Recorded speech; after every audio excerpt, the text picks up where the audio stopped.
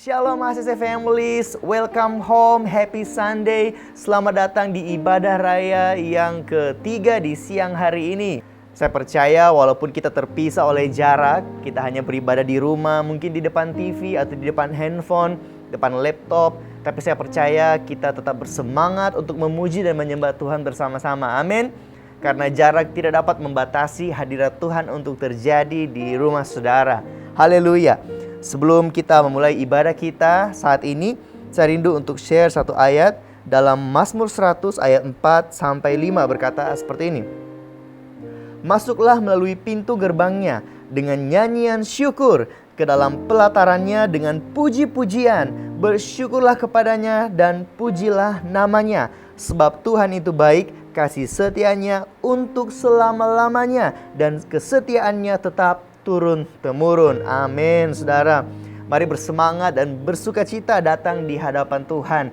Jangan dengan biasa-biasa saja, tetapi datang dengan antusias, dengan semangat. Walaupun kita di rumah, tapi kita mengangkat tangan kita, mengeluarkan suara kita, dan bernyanyi bersama, memuji, meninggikan Tuhan. Kita menyanyikan kebaikan Tuhan, karena seperti firman-Nya berkata, kesetiaannya tetap turun-temurun. Dia Tuhan yang dulu, sekarang, dan selamanya adalah Tuhan yang setia. Mari kita siapkan hati kita memberikan terbaik, kita mau memuji, menyembah Tuhan dengan antusias, dengan bersukacita dan bersorak-sorai. Mari bersama kita satu dalam doa, kita berdoa. Bapa, kami bersyukur buat kesempatan saat ini kami masih bisa hadir secara online dalam ibadah raya Minggu hari ini. Tuhan, kami percaya kalau kami ada hari ini, kami sehat, kami kuat, itu semua karena kebaikan Tuhan. Biar hari ini Tuhan kami rindu mengaitkan pujian dan penyembahan kami. Kami rindu menyanyikan kebaikan dan kesetiaan Tuhan. Sebab Engkau memang Tuhan yang layak terima segala pujian. Kami mau angkat tangan kami, angkat suara kami, berikan yang terbaik, memuji, menyembah Tuhan. Di dalam nama Yesus, haleluya, amin. Berikan kemuliaan bagi Tuhan kita yang hebat. Saya percaya Dia Tuhan perisai hidup kita, amin saudara. Yes, amin. Wow.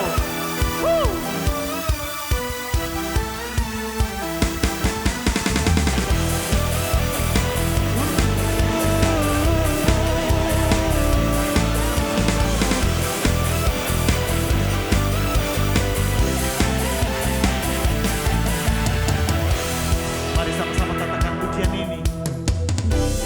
Tinggal dekatmu ku aman, hidup dalammu ku menang. Kau yang memegang hidupku di tanganmu. Kau menentukan langkahku. Ku berjalan di dalam kekuatanmu. Tuhan, Kau perisaiku. Lewati badai tak akan ku goyah. Imanku tetap teguh, takkan ku ragu mengikutimu.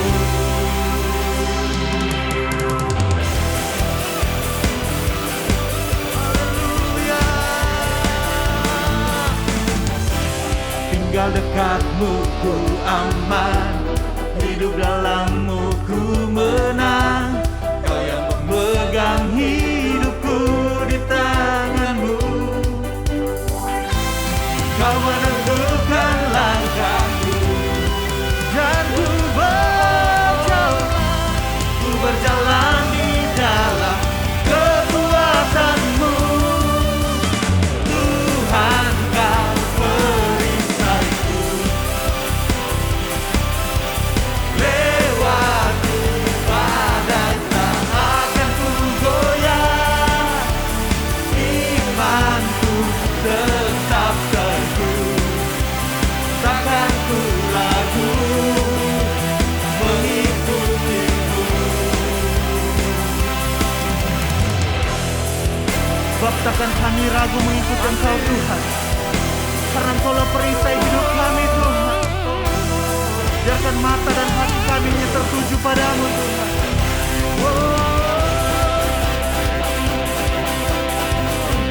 Kau kuatkan langkahku. Ku berjalan di dalam kekuatanmu.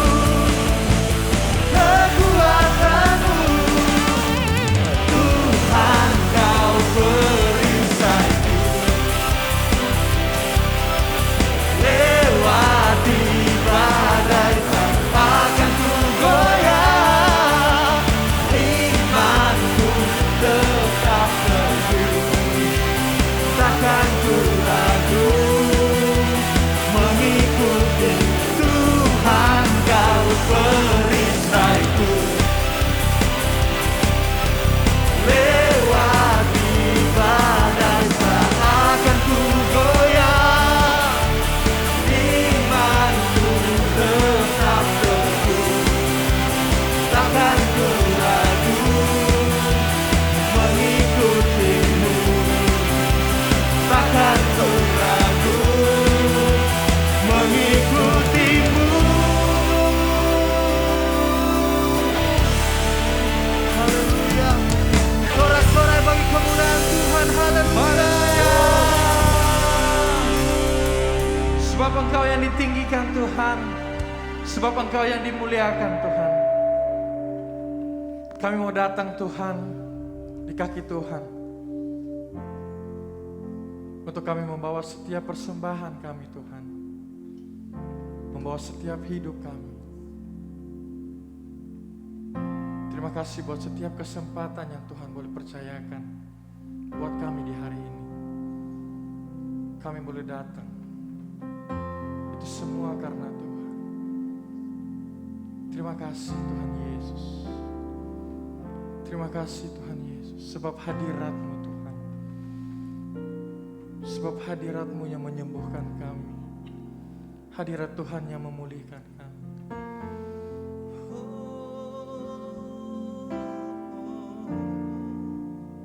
Sebab lebih baik satu hari di pelataran-Mu daripada 1000 hari di tempat lain.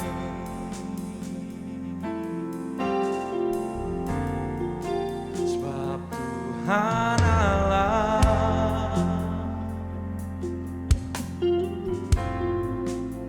matahari dan perisai, kasih dan kemuliaan yang Kau beri di hidupku. Oh, sebab Tuhan Allah, Kau matahari dan perisai, kasih dan kemuliaan yang Kau beri di hidupku. Lebih baik, sebab lebih baik satu hari di pelataran-Mu daripada 1000 hari di tempat lain.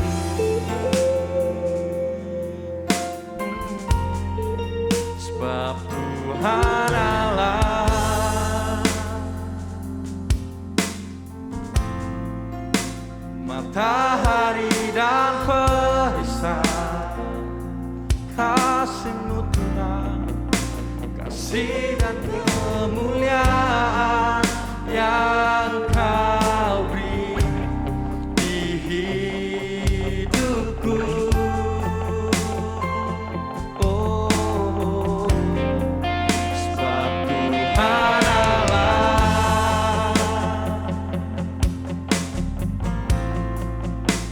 matahari dan perisai,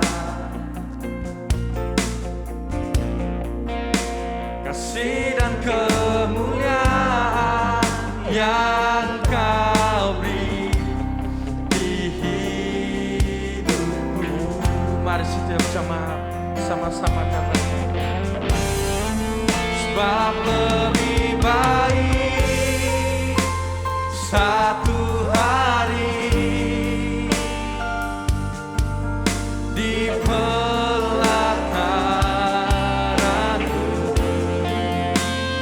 daripada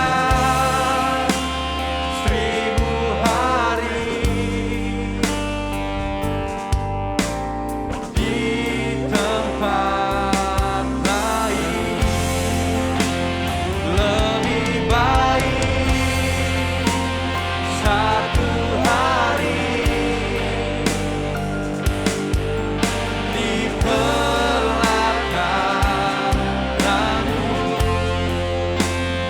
daripada 1000 hari di tempat lain.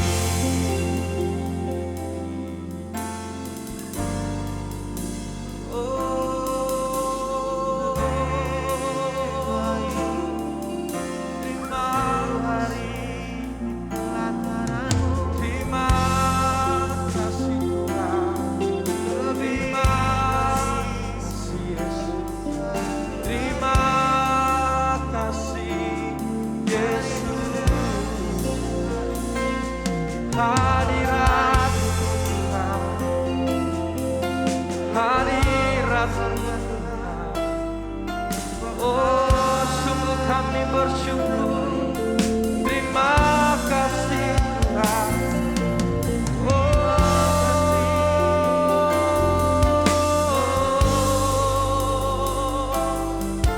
Sebab Kau perisai kita, sebab Kau perisai.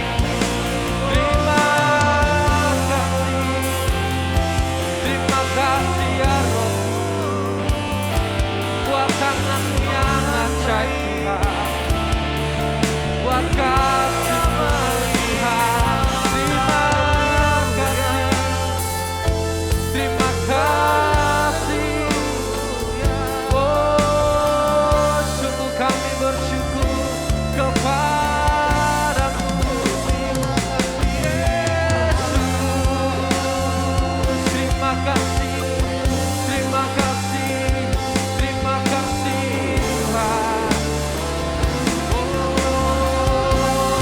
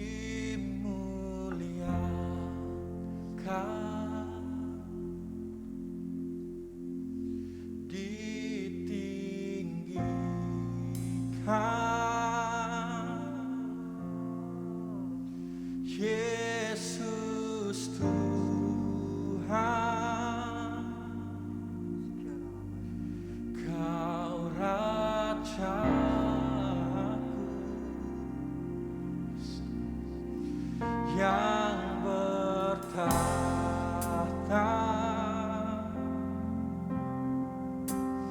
yang berkuasa,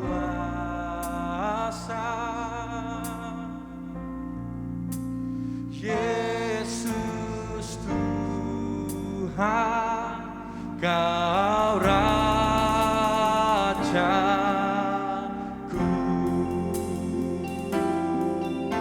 Mari kita sama-sama katakan, dimuliakan,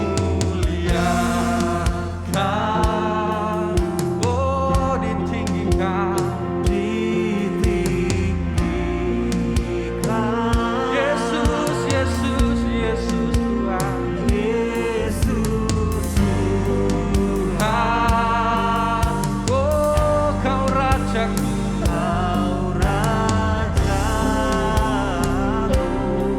sebab Kau yang bertahta,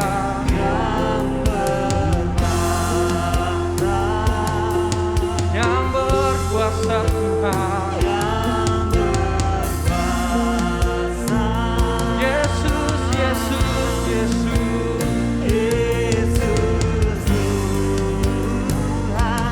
Kaulah Rajaku, Kaulah Rajaku,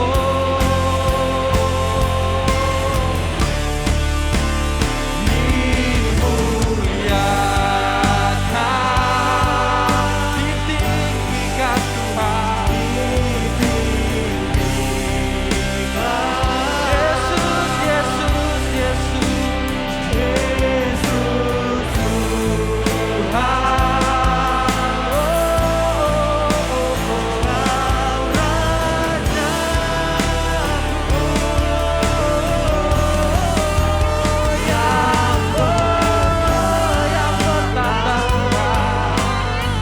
berkuasa,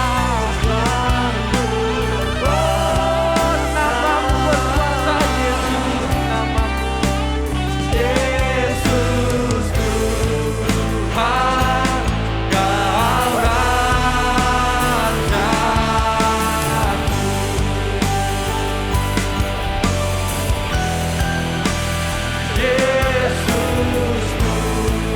Tuhan, Kau Rajaku.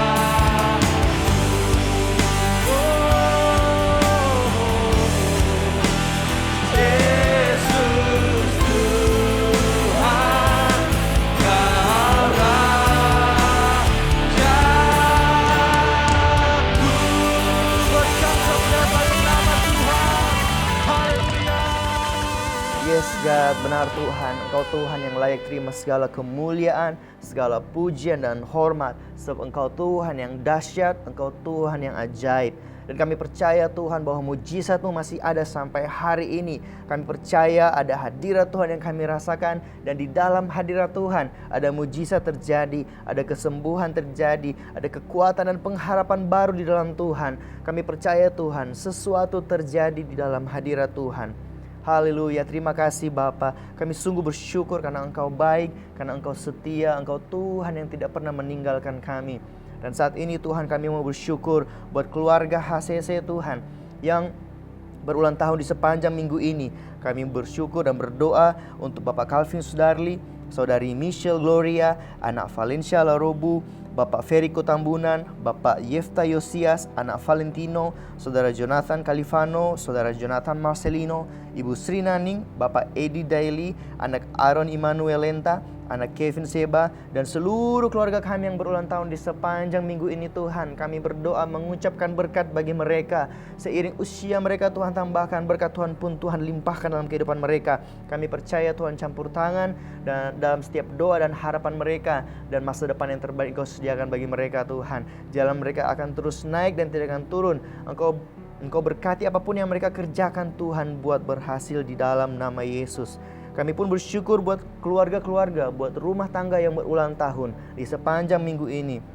Kami bersyukur buat keluarga Riyadi Zakaria, keluarga Pastor Doni Edison, keluarga Frankie Kawangung, keluarga Pastor Roni Rumambi, dan seluruh rumah tangga yang berulang tahun di sepanjang minggu ini. Kami berdoa biar ada anggur baru dicurahkan dalam pernikahan mereka, ada kasih Tuhan yang meluap melimpah dalam kehidupan mereka, sehingga semakin hari mereka semakin saling mengasihi satu sama lain. Mereka bisa melihat kasih Kristus dalam kehidupan mereka. Mereka saling mencintai dan semakin hari mereka semakin romantis. Biar lewat pernikahan mereka menjadi teladan bagi generasi muda. Berkati mereka Tuhan, berkati pernikahan mereka, berkati seluruh keluarga mereka.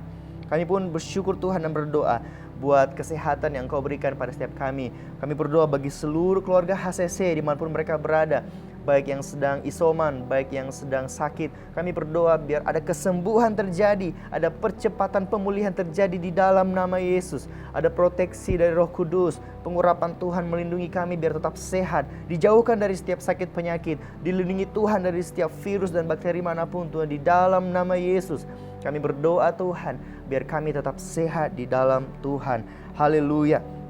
Kami terus berdoa untuk panitia pembangunan dan rencana kami untuk membeli tanah, untuk membangun gereja. Kami percaya Tuhan, kerinduan kami dan kerinduan Tuhan, kami bisa beribadah di tempat yang lebih nyaman, yang lebih luas.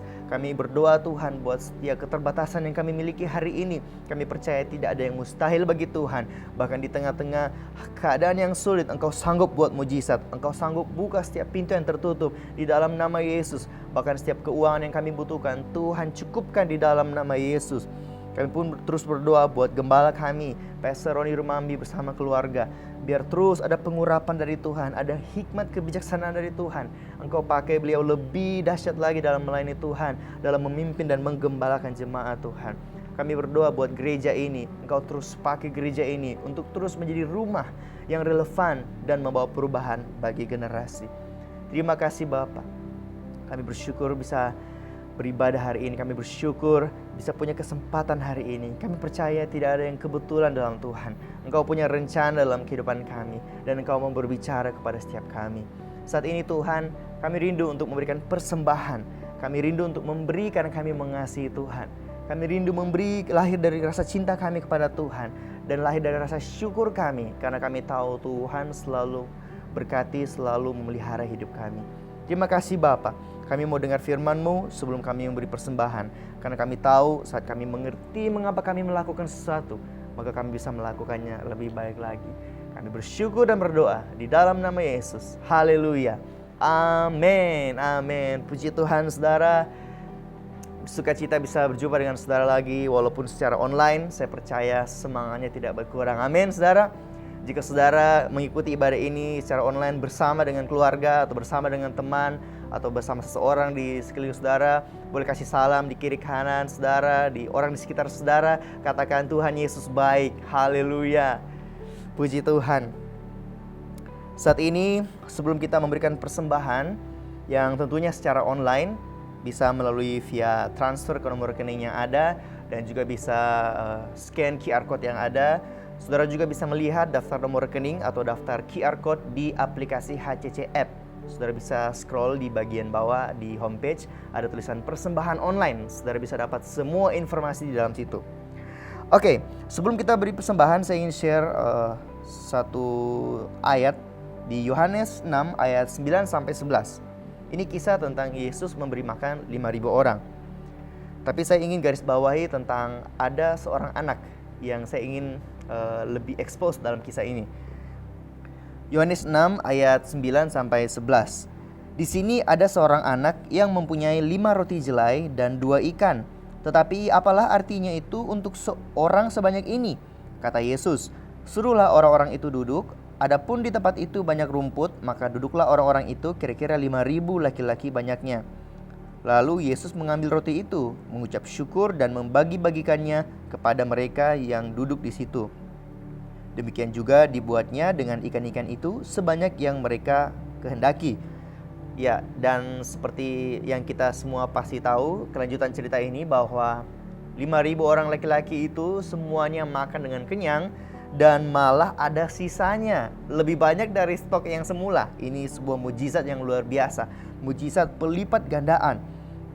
Kita belajar dari kisah ini, saya ingin expose di bagian ternyata ada seorang anak Mujizat ini dimulai dari seorang anak yang rela mempersembahkan apa yang dia punya. Di tengah-tengah keterbatasan yang terjadi saat itu, ada seorang anak yang murah hati, yang memberikan bekalnya atau makanannya kepada Yesus. Nah, di sini kita belajar bahwa ketika kita memberikan persembahan mulai dari apa yang kita punya, tapi kita mempersembahkannya kepada Yesus, mempersembahkannya kepada Tuhan dengan tulus ikhlas, maka lihat yang terjadi dalam ayat yang ke-11. Lalu Yesus mengambil roti itu, mengucap syukur. Apa yang terjadi saudara? Ada persembahan mulai dari apa yang kita punya, diberikan kepada Tuhan dengan ucapan syukur. Persembahan yang ada dengan ucapan syukur menghasilkan mujizat yang luar biasa. Saya percaya ketika kita mau generous, murah hati, memberikan persembahan sebagai korban syukur kita, mulai dari apa yang ada saat ini di dalam kita, apa yang ada di tangan kita saat ini, kita memberikannya dengan ucapan syukur, dengan hati yang tulus. Saya percaya mujizat pelipat gandaan terjadi dalam hidup saudara. Saya percaya Tuhan memberkati setiap usaha pekerjaan saudara. Tuhan memberkati kehidupan saudara berlipat kali ganda.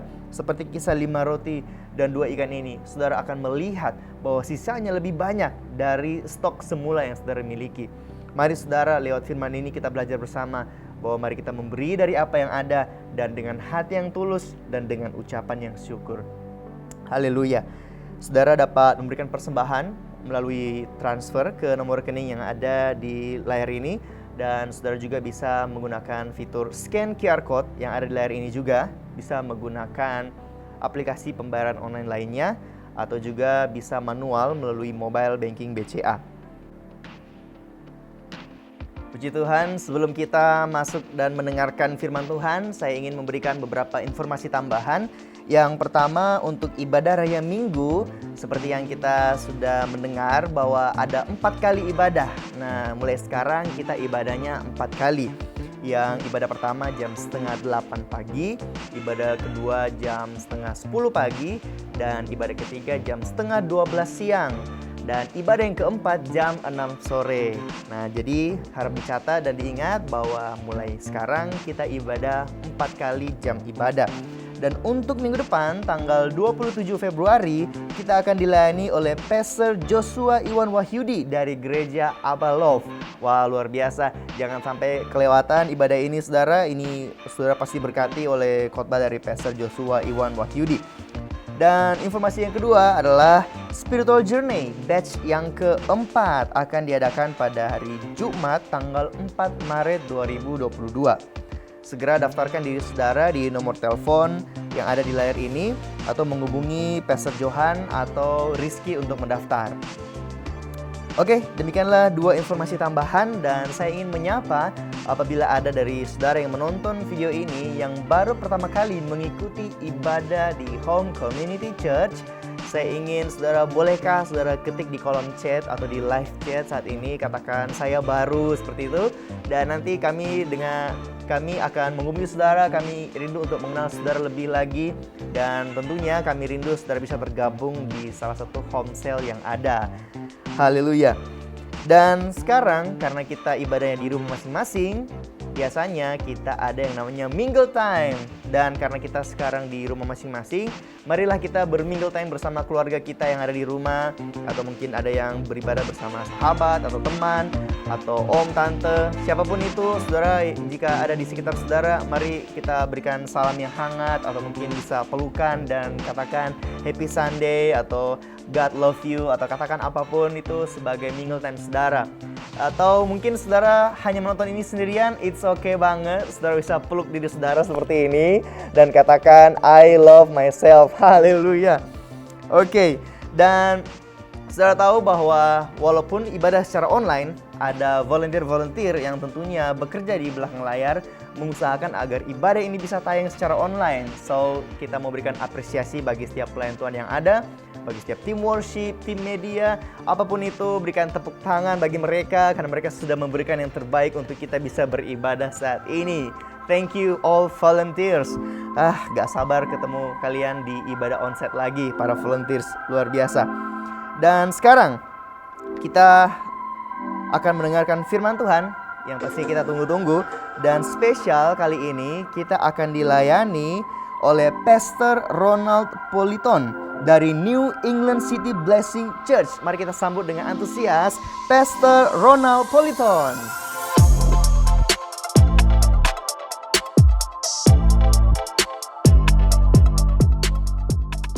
Shalom, jemaat yang dikasih Tuhan, jemaat Home Community Church di Palu di Indonesia. Sebelumnya saya mau memperkenalkan diri saya dulu. Nama saya Pastor Ronald Politon. Saya adalah bagian dari New England City Blessing Church yang berlokasi di negara bagian Massachusetts di Boston. Dan saya adalah gembala lokal di satu kota, yaitu namanya kota Rochester di negara bagian New Hampshire. Jadi kami adalah dua tempat atau dua lokasi atau dua kampus, tetapi satu gereja di bawah pengembalaan atau senior pastor kami, yaitu Pastor Zulfi Leon. Saudara yang kasih Tuhan, saya sebelumnya mau mengucapkan terima kasih buat gereja HCC Palu dan juga Pastor Roni Rumambi buat kesempatan yang boleh diberikan untuk saya boleh melayani firman Tuhan pada kali ini. Saya mengucap syukur sekali. Saudara, sebenarnya saya pernah ke Palu waktu setelah bencana tahun 2018, yaitu pada akhir bulan Oktober 2018, sekitar 4 hari saya di sana juga untuk melayani. Tapi saya berharap suatu saat saya akan ke Palu kembali, ketemu dengan gereja atau jemaat daripada HCC Palu. Saudara yang kasih Tuhan, saya mau sampaikan satu firman Tuhan yang saya beri judul, yaitu identitas di dalam Kristus atau identity in Christ. Nah, saudara yang kasih Tuhan, saya percaya identitas itu adalah satu hal yang sangat penting bagi setiap orang. Nah, sebelum kita masuk lebih dalam lagi, kita lihat sejenak ya, apakah itu yang namanya identitas? Artinya itu seperti apa? So, what is identity? Identity itu adalah sebuah, yang pertama adalah sense of self, atau bagaimana kita merasakan siapa diri kita sebenarnya. Dan kemudian identitas juga itu adalah sebuah rasa berharga atau sense of worth. Seberapa berharga diri kita, apa yang kita rasakan di hadapan orang lain atau ya tentunya di hadapan Tuhan. Dan berikutnya, identitas itu adalah satu hal yang membuat kita merasa signifikan atau berdaya guna. Kita bisa melakukan sesuatu buat orang lain atau buat komunitas. Dan yang berikutnya, kalau kita lihat, identitas itu memiliki arti yaitu your authentic self. Jadi diri kita secara otentik, secara aslinya itu siapa? Nah, kira-kira itulah gambaran yang namanya identitas yang dimiliki atau yang dirasakan oleh setiap orang yang ada. Nah, saudara yang dikasih Tuhan, banyak orang saya lihat itu mereka struggle, berjuang di dalam menemukan siapa diri mereka atau di dalam identitas mereka. Dalam arti mereka tidak mengerti atau tidak teguh, tidak kuat akan siapa diri mereka.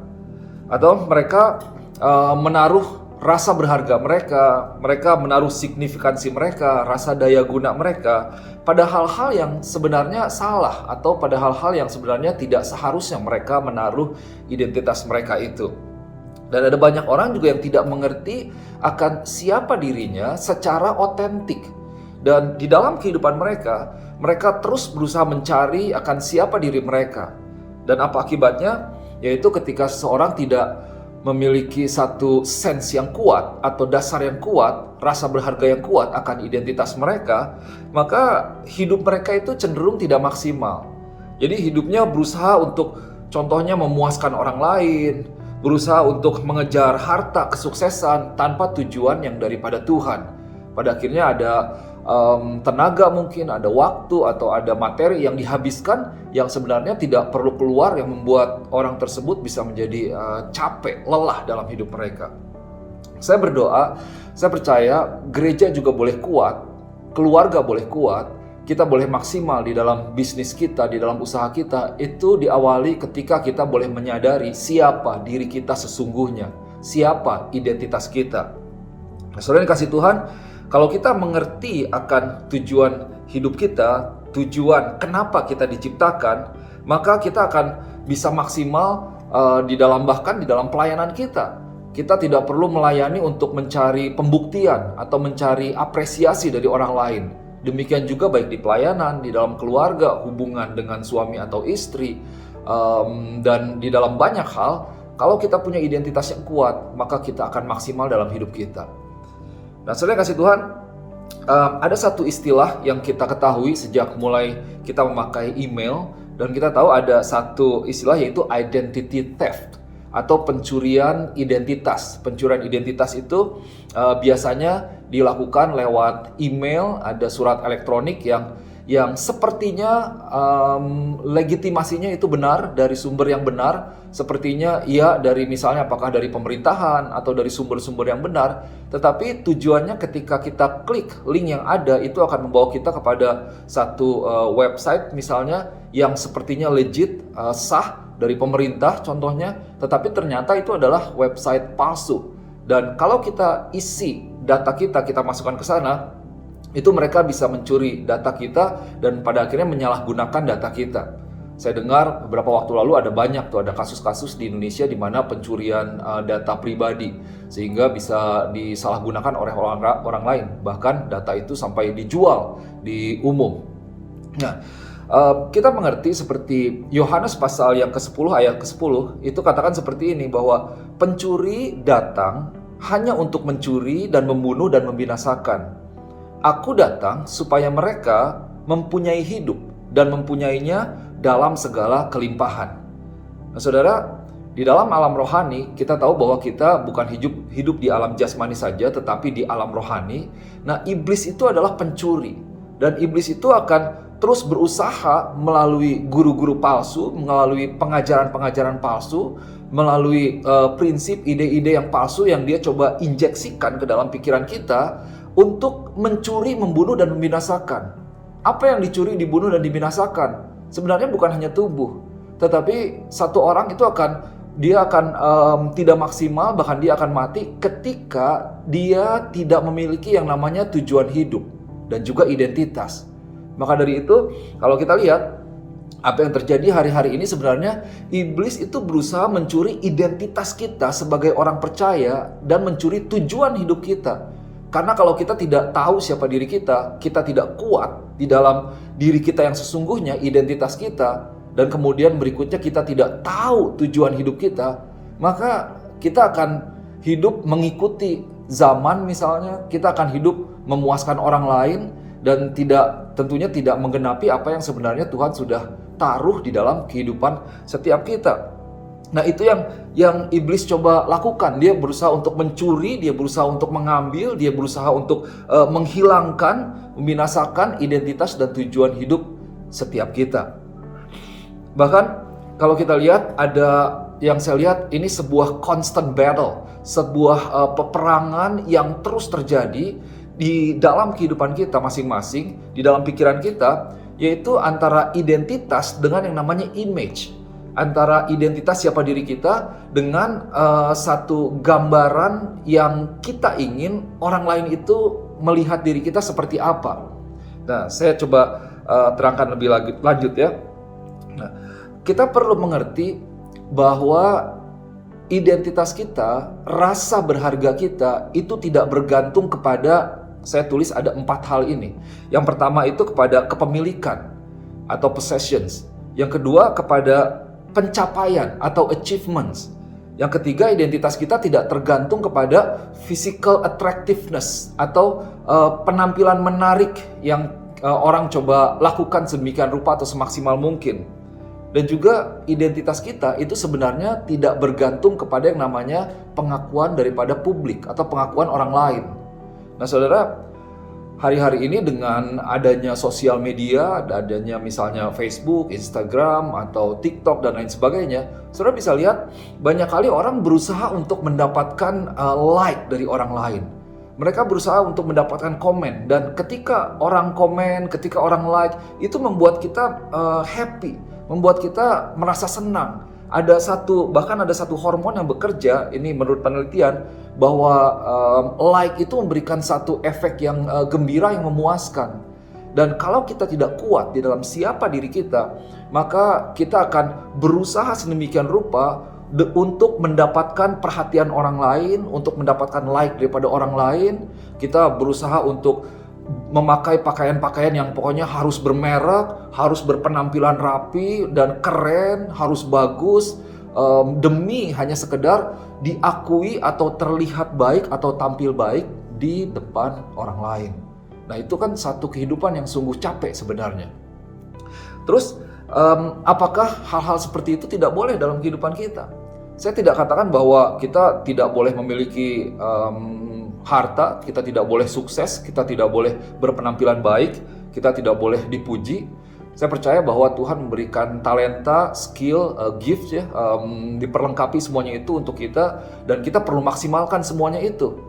Tetapi yang perlu kita pastikan bahwa kita maksimal, kita sukses, kita jadi luar biasa, kita mendapatkan hal yang luar biasa, kita mencapai satu hal yang luar biasa, itu karena memang kita maksimal dalam setiap talenta dan karunia yang Tuhan berikan, percayakan kepada setiap kita, bukan untuk mendapatkan identitas atau pengakuan daripada orang lain. Nah, 4 hal ini adalah 4 area di mana iblis bekerja di dalam kehidupan setiap kita. Jadi saya mau ajak, mari jangan kita letakkan harga diri kita, jangan kita kejar harga diri kita atau identitas kita dengan kita mengejar 4 hal ini. Oke, kita lanjutkan ya. Saya tulis seperti ini. Kalau kepemilikan atau sukses itu membuat engkau merasa berharga, kemungkinan besar ketika engkau kehilangan atau engkau kehilangan kepemilikanmu atau engkau gagal, maka itu akan membuatmu merasa tidak berharga. Itu yang bisa jadi check and balance dalam diri kita. Apakah kalau kita tidak dilihat orang lain, kalau kita tidak dihargai orang lain, apakah kita merasa bahwa kita tidak berharga? Oke. Kali ini saya mau ajak saudara untuk boleh lihat kebenaran firman Tuhan, apa yang firman Tuhan katakan, apa yang Alkitab katakan tentang siapa diri kita di dalam Tuhan. Saya berdoa buat ada orang-orang yang benar-benar kuat dalam identitas mereka, teguh dalam identitas mereka, gereja yang kuat, sehingga gereja bisa berjalan berdasarkan siapa diri mereka sesungguhnya.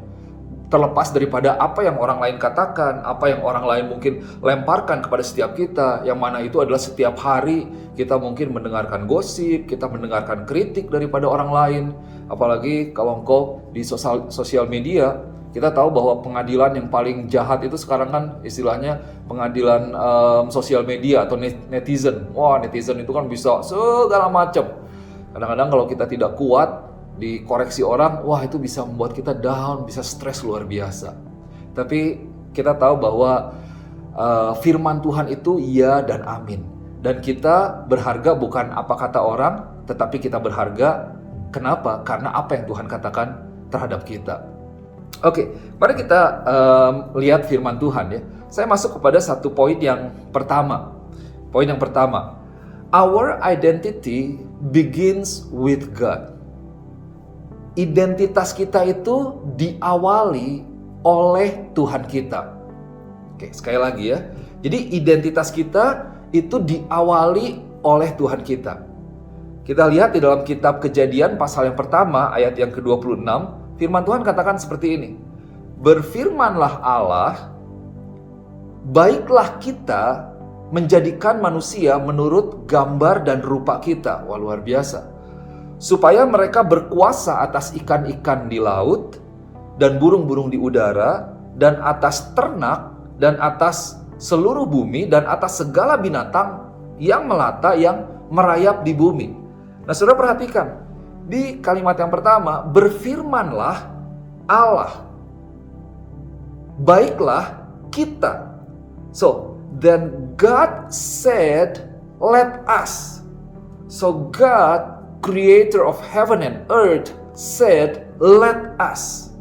Baiklah kita menciptakan. Nah, firman Tuhan sendiri. Jadi saudara lihat bahwa sejak awal inisiatifnya itu ada pada Tuhan. Tuhan yang berinisiatif. Awalnya daripada Tuhan. Dan Tuhan memiliki inisiatif itu, dan apa yang Tuhan katakan, mari kita jadikan. Mari kita jadikan. So, jadikan apa? Mari kita jadikan manusia ini menurut gambar dan rupa kita. Jadi saudara, identitas kita itu sudah built in, ada di dalam diri kita, built in us. Kita tidak perlu mencari-cari di tempat yang lain atau dari hal-hal yang lain. Kita hanya perlu kembali kepada pribadi yang menciptakan kita. Karena identitas kita ada di dalam Tuhan, diawali oleh Tuhan. Banyak orang mereka mencari identitas, berusaha mendapatkan siapa diri saya. Mungkin ada yang sampai pergi ke tempat yang jauh dan lain sebagainya, melakukan hal-hal yang sebenarnya tidak perlu, karena mereka mencari siapa identitas mereka, mencari jati diri mereka. Tapi mari sadari yang pertama bahwa our identity begins with God. Identitas kita itu berawal daripada Tuhan. Katakan amin. Poin yang kedua, our identity aligns or confirms with God. Jadi identitas kita itu lurus atau sejajar sebenarnya dengan Tuhan itu sendiri. So, seperti ada satu garis lurus gitu, kesamaan dengan keberadaan Tuhan. Kita bisa mendapatkan identitas kita, otentiknya diri kita, our authenticity and our identity in God Himself. Kita masih lihat di dalam kitab Kejadian pasal yang pertama ayat yang ke-26 ini ya. Saya akan bahas, kita lihat dari kalimat ini dan kata per kata. Tadi sebelumnya berfirmanlah Allah, baiklah kita menjadikan manusia. Kemudian Tuhan katakan, kita jadikan manusia menurut rupa dan gambar kita. Jadi kita dijadikan menurut rupa dan gambar daripada Tuhan kita. Nah, ada teori-teori yang banyak. Jadi secara sederhana, saudara, kita harus teguh, kita tahu bahwa kita ini bukan keturunan daripada monyet, betul ya? Kita bukan keturunan daripada yang lain sebagainya, karena anyway itu hanya teori loh. Hati-hati, kita perlu teguh dalam iman kekristenan kita. Tapi luar biasa bahwa Tuhan mengatakan ketika Dia merencanakan kita, Dia kemudian menciptakan kita, Dia menciptakan kita serupa dan segambar dengan dirinya sendiri. Wah, itu luar biasa. Ini aside, di samping ini, waktu saya sadar akan kebenaran ini, saya nggak takut tuh, saya mau diomongin jelek sama orang lain. Karena saya tahu bahwa saya ini adalah serupa dan segambar dengan Tuhan. Kalau ada orang yang menjelekkan saya, mungkin tentu Tuhan yang menciptakan saya, Dia akan menjadi pembela saya. Saya nggak perlu marah, saya tidak perlu kecewa, saya tidak perlu mendendam. Nah, saudara yang kasih Tuhan, hal yang kedua yang perlu kita sadari dalam hidup kita, bahwa kita ini diciptakan serupa, segambar dengan Tuhan. Dalam hal apa? Tentu dalam hal karakter dan dalam hal karya. Untuk kita boleh hidup kudus dalam Tuhan, dan semakin hari kita diperbaharui sehingga karakter kita semakin serupa dengan Tuhan. Dan lewat kehidupan kita, lewat perkataan kita, lewat perbuatan kita, kita boleh menjadi berkat buat banyak orang. Lewat kehidupan kita, orang boleh melihat bahwa ada Yesus dalam hidup kita. Hal yang berikutnya yang perlu kita sadari, kita mengerti betul, yaitu bahwa identitas kita itu terhubung kuat dengan yang namanya mandat atau panggilan atau tujuan atau kehendak Tuhan, amanat agung daripada Tuhan. Tapi dari awal kita bisa lihat bahwa pertama, Tuhan merencanakan baiklah kita menjadikan manusia. Kemudian yang kedua, diciptakan serupa dengan Tuhan menurut gambar dan rupa kita. Tetapi tidak hanya sampai di situ, Tuhan menciptakan kita karena Dia memiliki sebuah tujuan untuk kita. Jadi kita diciptakan bukan hanya untuk istilahnya, jadi kalau mungkin orang bikin souvenir, bikin karya sesuatu, ya pokoknya asal bagus deh biar buat lucu-lucuan gitu ya. Enggak. Tidak seperti itu. Tetapi ada tujuan Tuhan. Apa yang menjadi tujuan Tuhan? Dan karena tujuan ini kita diperlengkapi luar biasa.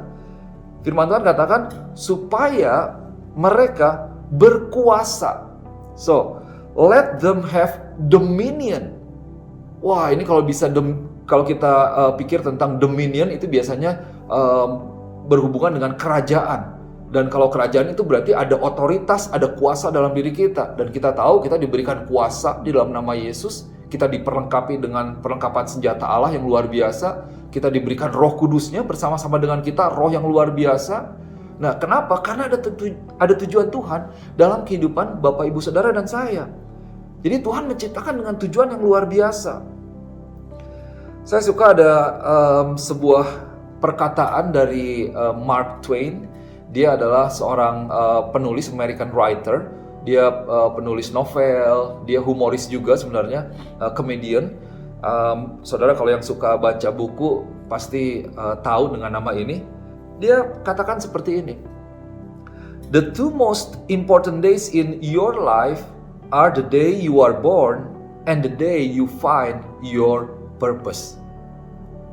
Hari atau 2 hari penting dalam kehidupan setiap orang, yaitu yang pertama adalah hari di mana dia dilahirkan.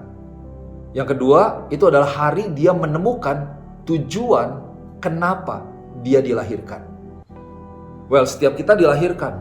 Kenapa itu penting? Karena sebenarnya ada satu pribadi yang lahir dengan tujuan daripada Tuhan, dengan rencana Tuhan. Kita tahu bahwa kita semua tidak ada yang kebetulan di dalam Tuhan.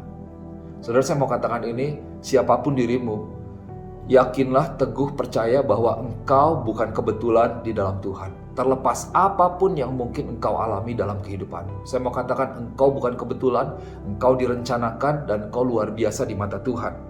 Jadi ada rencana Tuhan dalam setiap kehidupan kita. Nah, diberikan kuasa, diberikan mandat. Let them have dominion.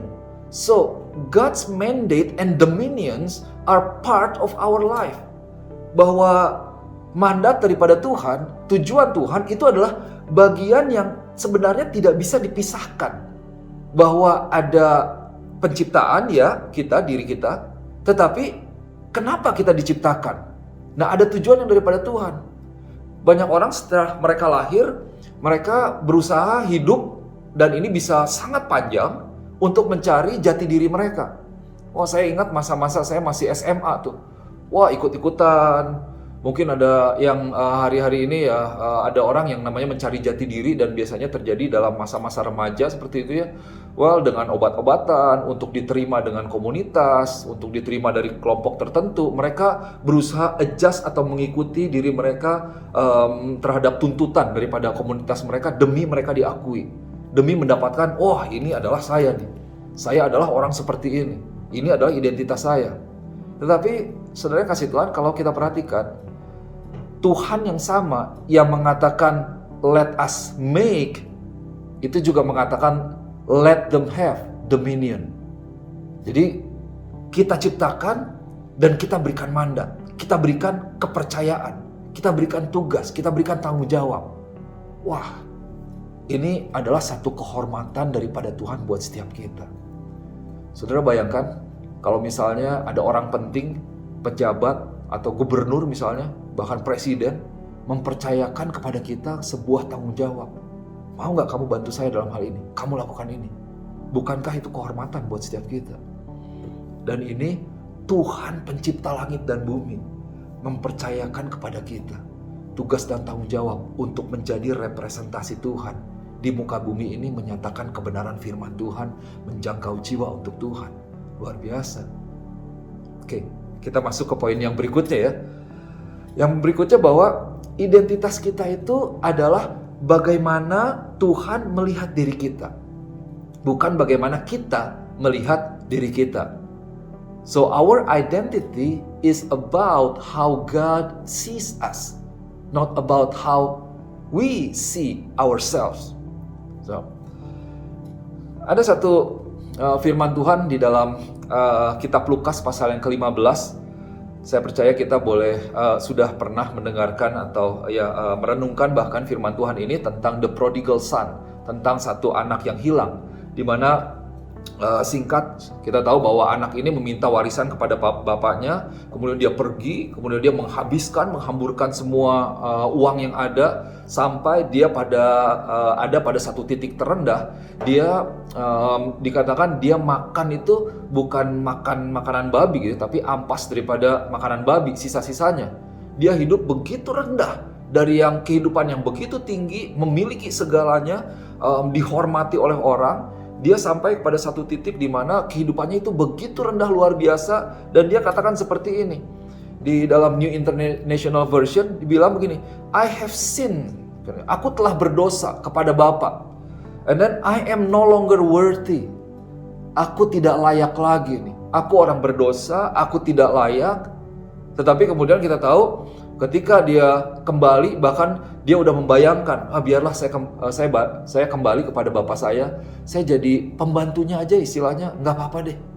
Nah, sejenak, berapa banyak saudara di tempat ini yang merasa bahwa, atau engkau sepertinya sama dalam posisi anak ini, bahwa aduh saya ini orang berdosa, saya tidak layak, I am not worthy. Saya tidak layak. Nah, saudara, kita lihat firman Tuhan. Tetapi kemudian ketika anak itu akhirnya memutuskan untuk kembali ke rumahnya, waktu papanya ini melihat anak itu, dia berkata kepada hamba-hambanya, well, ini adalah anakku yang hilang. Saya bacakan dalam New International Version ya. For this son of mine, saudara bisa lihat mungkin di layar saudara. For this son of mine was dead and is alive again. Bahwa anak ini yang dulu sudah mati tetapi dia hidup kembali. Ini adalah anakku, this son of mine. Ini adalah milikku, bagianku. He was lost and is found. Dia hilang tetapi sekarang sudah ditemukan kembali. Nah, saudara yang kasih Tuhan, mungkin engkau merasa bahwa engkau adalah pribadi yang gagal. Mungkin engkau merasa engkau adalah pribadi yang tidak dikasihi. Engkau merasa engkau adalah pribadi yang buruk, pribadi yang tidak memiliki arti dan lain sebagainya. Karena apa yang orang katakan kepada dirimu, karena apa yang engkau lakukan, engkau gagal, engkau tidak sukses, engkau berusaha melakukan sesuatu tetapi engkau jatuh mungkin. Dan orang berkata banyak hal tentang dirimu, menjelek-jelekan dirimu. Engkau mungkin seperti anak ini. Tetapi saya mau katakan, kita dengarkan, sejauh-jauhnya engkau lari daripada Tuhan, seburuk-buruknya perkataan orang terhadapmu yang engkau terima, yang engkau dengar, segagal-gagalnya dirimu dalam apa yang engkau lakukan, yang pertama, Bapak Ibu Saudara yang dikasih Tuhan, kasih Tuhan itu tidak akan pernah meninggalkanmu. Dan yang kedua, di mata Tuhan, engkau tidak pernah tidak menjadi anaknya. Engkau selalu, identitasmu itu tetap bahwa engkau adalah anak Tuhan. Identitasmu sebagai anak Allah itu tidak akan pernah hilang. Kalau saya memiliki uang, misalnya ada 100.000 misalnya, uang yang kertas merah ya, saya kucel-kucel, saya taruh di dalam lumpur, jadi kotor, apakah dia akan berkurang nilainya? Dia tetap 100.000 rupiah. Dia tetap memiliki nilai yang sama, terlepas daripada mungkin kondisi di luar yang secara penampilan tidak baik, tapi dia akan tetap memiliki nilai yang sama. Dan demikian juga kita sebenarnya, bahwa identitas kita itu bukan apa yang orang lain katakan, bukan apa yang dunia katakan terhadap kita, bukan pencapaian kita, tetapi identitas kita itu kuat di dalam Tuhan. Our identity is secure in God Himself. So we need to train ourselves to see ourselves like how God sees us. Bagaimana Tuhan melihat diri kita, bukan bagaimana kita melihat diri kita. Nah, memang seringkali kita sendiri nih yang melihat bahwa atau menghakimi diri kita sendiri. Ya, saya adalah pribadi yang gagal. Saya tidak bisa, saya tidak mungkin. Dan kita hidup di dalamnya. Itu adalah jebakan daripada iblis. Tapi hari ini mari sadari kembali bahwa kita adalah apa yang Tuhan katakan tentang kita. Kita adalah apa yang Tuhan lihat tentang diri kita. Dan Tuhan melihat dirimu berharga. Tuhan mengasihi engkau luar biasa. Kalau kita mengerti bahwa Allah Bapa itu adalah sumber, Bapa itu adalah sumber ya. Berarti Tuhan kita itu adalah sumber kita. Kita adalah karakter Dia, anak daripada kerajaan sorga. Wah, luar biasa.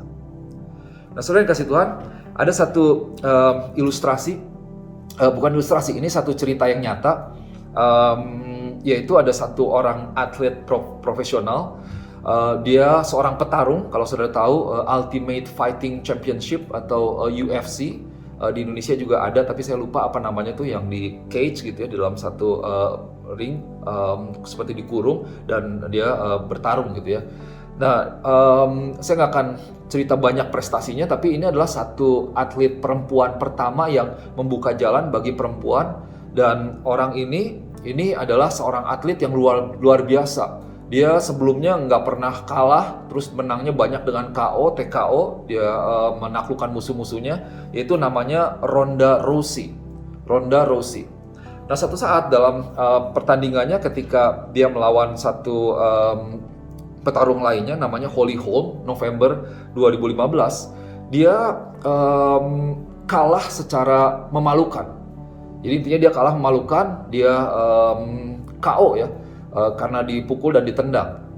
Nah, jadi atlet ini dia sudah punya banyak sekali belt, prestasi, pengakuan, dan dia menjadi orang yang paling diakui, yang dibilang one of the toughest athlete in the world. Jadi salah satu atlet yang paling kuat istilahnya yang ada di muka bumi ini. Wah, itu luar biasa. Dan itu kan dari segi uang, dia memiliki uang banyak, dia memiliki ketenaran, dia diakui banyak orang, dia dihormati banyak orang.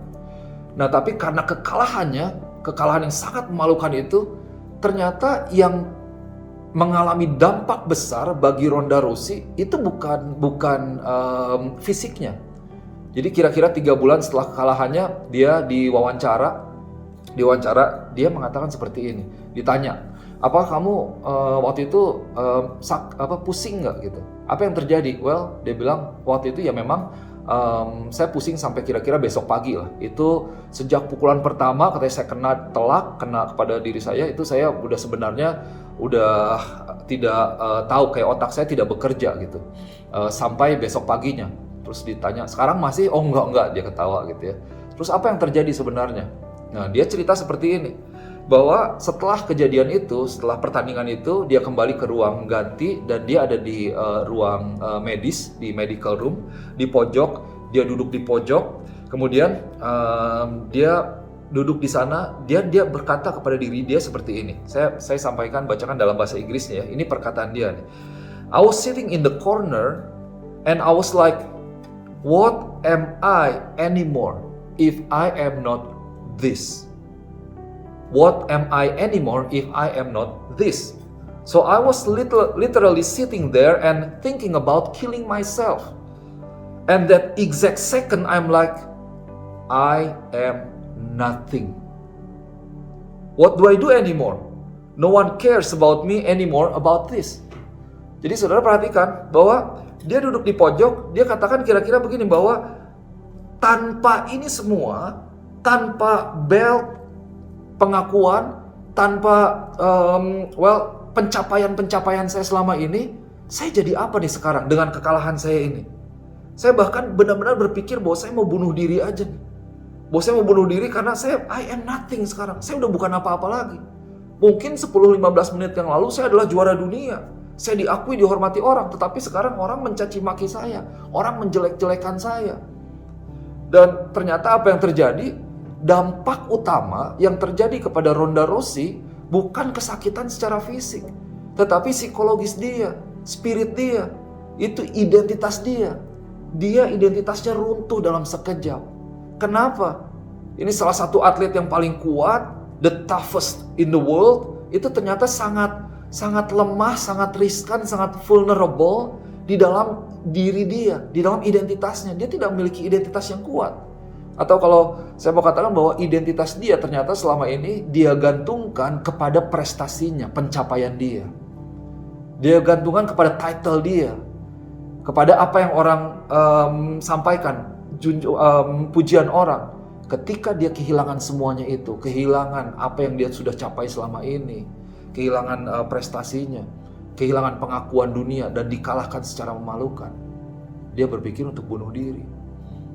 So, saudara lihat, buat Rosie, identitasnya adalah siapa dirinya sebagai the most dominant athlete in the world. Atlet yang paling dominan. Dan waktu dia kalah, dia kehilangan semua itu. Sepertinya identitasnya hilang semua.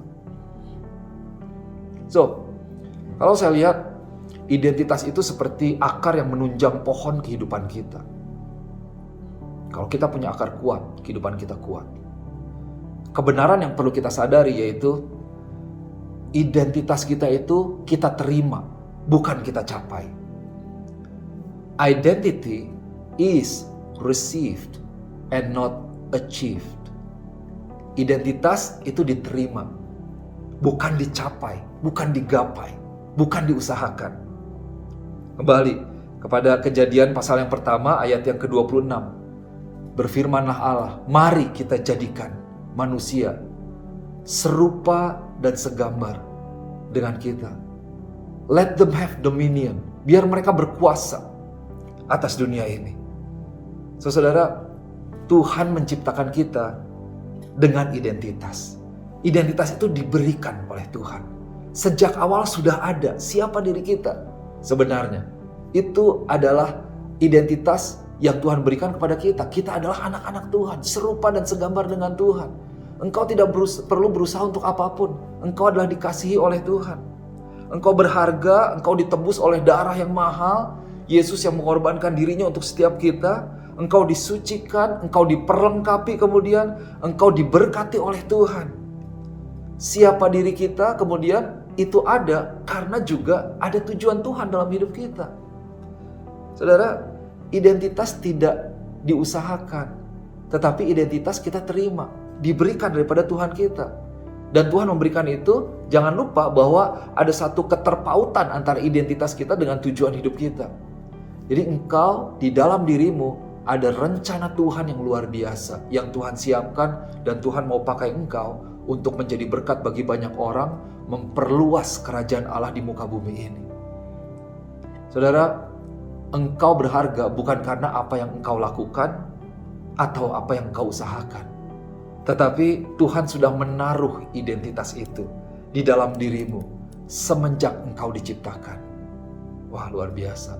Saya mau tutup dengan 3 poin ini. Kalau begitu, identitas itu kita terima. First, identity is received. Kalau identity itu diberikan, ditawarkan, sebenarnya sudah ada. Pertanyaannya, apakah kita mau menerima identitas dari Tuhan itu? Apakah kita mau setuju tentang identitas Tuhan itu? Apakah kita mau mengakui? Ini kepada poin berikutnya ya.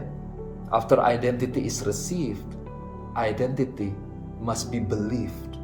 Identitas itu harus kita percayai. Kita hidupi di dalamnya. Apakah kita percaya kepada apa yang orang katakan tentang kita? Atau kita percaya kepada apa yang Tuhan katakan tentang kita? Putuskan, ambil keputusan untuk percaya kepada firman Tuhan. Karena itulah dirimu sesungguhnya di dalam Tuhan. Jangan katakan atau setujui pemikiran-pemikiran yang disampaikan oleh orang lain, oleh media, bahwa engkau adalah pribadi yang gagal, engkau adalah pribadi yang buruk, engkau adalah pribadi yang tidak dikasihi. Itu adalah ide daripada iblis, usaha daripada iblis untuk menghancurkan siapa diri kita. So identity must be received because it was given by God, built in us, but we need to receive, we need to agree with the purpose of God, the identity that comes from God. And then we need to really believe in it. Percaya sesungguhnya. Percaya, maka dari itu kita perlu baca firman Tuhan, untuk kita boleh dekat dengan Tuhan, disatukan selalu pikiran kita selaras dengan Tuhan. Sehingga kita boleh hidup dengan luar biasa, berdasarkan siapa diri kita dalam Tuhan. Dan kemudian yang terakhir, kita hidupi identitas kita. Let's live out our identity. Kita hidupi kebenaran firman Tuhan. Saudara, mungkin suatu saat saya bisa share lebih dalam lagi. Tapi kalau saudara mungkin kenal siapa diri saya, mungkin bisa, ya mungkin nanti kita bisa ketemu ya. Saya itu dulu adalah pribadi yang sangat minder. Saya adalah orang yang gagap. Jadi kalau mau naik angkot, terus mau turun itu mulai saya SMP, mau ngomong kiri itu kiri gitu. Wah, nanti mau ngomong kirinya di sini, wah angkotnya udah sampai di sana baru ngomong kiri. Wah, turun gitu ya. Wah, tapi sambil jalan ke rumah, saya tuh pikir, aduh Tuhan, kenapa saya diciptakan seperti ini? Saya pendek sekali. Saya pendek, mau masuk sekolah menengah pariwisata, setara SMA gitu ya, nggak diterima. Semuanya udah lulus, pas terakhir diukur tinggi, saya kurang tinggi. Wah, saya kepahitan betul. Main basket di blok terus gitu ya, gagal terus sama karena banyak yang lebih tinggi. Akhirnya saya SMA, saya basket, seminggu bisa 3 kali sampai ikut kejuaraan misalnya di kota Bandung. Kenapa? Karena saya mau lebih tinggi. Karena saya tidak mau hidup seperti ini. Dan bertahun-tahun saya gagap. Saya pikir, Tuhan, kenapa Tuhan menciptakan saya seperti ini? Kenapa saya seperti ini, Tuhan? Saya mau jadi apa dengan kondisi seperti ini? Wah, saya minder sedemikian rupa. Wah, nilai saya juga jelek-jelek semua. Tetapi ketika saya ketemu Tuhan, saya tahu, saya sadari apa yang Tuhan katakan tentang diri saya, pribadi saya dipulihkan. Saya tahu bahwa saya berharga di mata Tuhan. Siapapun saya, Tuhan punya rencana atas diri saya dan juga atas diri setiap Bapak Ibu Saudara di tempat ini.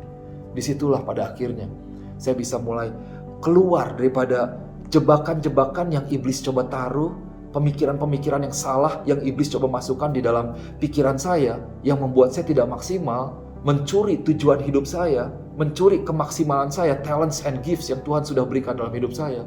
Dan pada akhirnya puji Tuhan, dengan kemurahan daripada Tuhan, saya boleh melayani Tuhan sampai hari ini. Bapak Ibu Saudara yang kasih Tuhan, saya berdoa supaya gereja Tuhan boleh menjadi gereja yang kuat. Setiap engkau boleh mengetahui siapa dirimu dalam Tuhan dan menjadi maksimal dalam panggilan Tuhan. Tuhan berkati. Mari kita berdoa. Bapa, mengucap syukur buat firman Tuhan. Hamba-Mu berdoa dimeteraikan firman Tuhan di dalam nama Tuhan Yesus. Biar firman Tuhan ini boleh masuk ke dalam hati setiap jemaat Tuhan, berakar kuat dan boleh terus bertumbuh dan menghasilkan buah. Berdoa biar jemaat Tuhan di Home Community Church di Palu, mereka boleh menjadi pribadi-pribadi yang mengerti dan teguh di dalam diri mereka, di dalam identitas mereka di dalam Tuhan. Dan gereja Tuhan boleh menjadi gereja yang kuat, boleh menjadi gereja yang berdampak, gereja yang boleh mengubahkan kota, gereja yang boleh memenangkan banyak orang untuk kemuliaan bagi nama Yesus. Terima kasih Tuhan. Di dalam nama Yesus, hamba-Mu berdoa. Haleluya. Amin. Amin. Amin. Shalom, selamat hari Minggu, jemaat yang dikasih Tuhan. Amin. Sampai ketemu di lain waktu. Wow, a very powerful message. Terima kasih untuk Pastor Ronald Politon from New England City Blessing Church. Saya percaya firman yang menguatkan dan meneguhkan setiap kita untuk mengetahui identitas kita di dalam Tuhan. Sekali lagi terima kasih. Dan sekali lagi Tuhan memberkati Pastor Ronald dalam pelayanan dan Tuhan berkati Pastor Ronald dan keluarga. Kami juga berterima kasih bagi setiap Bapak Ibu Saudara yang telah menabur di rumah ini. Kami berdoa biarlah benih yang ditabur dapat membantu pekerjaan Tuhan di rumah ini. Baik, ACC Families, saatnya kita mengakhiri ibadah saat ini. Mari kita mengangkat tangan kita. Diberkati setiap tangan yang diangkat. Tanganmu adalah tangan berkatnya Tuhan. Apapun yang kau kerjakan dengan kedua belah tanganmu, Tuhan buat berhasil, sukses, diberkati. Jalanmu akan terus naik, tidak akan pernah turun. Jadi kepala, bukan ekor. Jemaat Tuhan, terimalah berkat dan kasih sayang Tuhan mulai hari ini, esok, dan selama-lamanya. Dalam berkat Bapa, Putra, dan Roh Kudus. Dalam nama Tuhan Yesus Kristus. Haleluya. Amin. Memberkati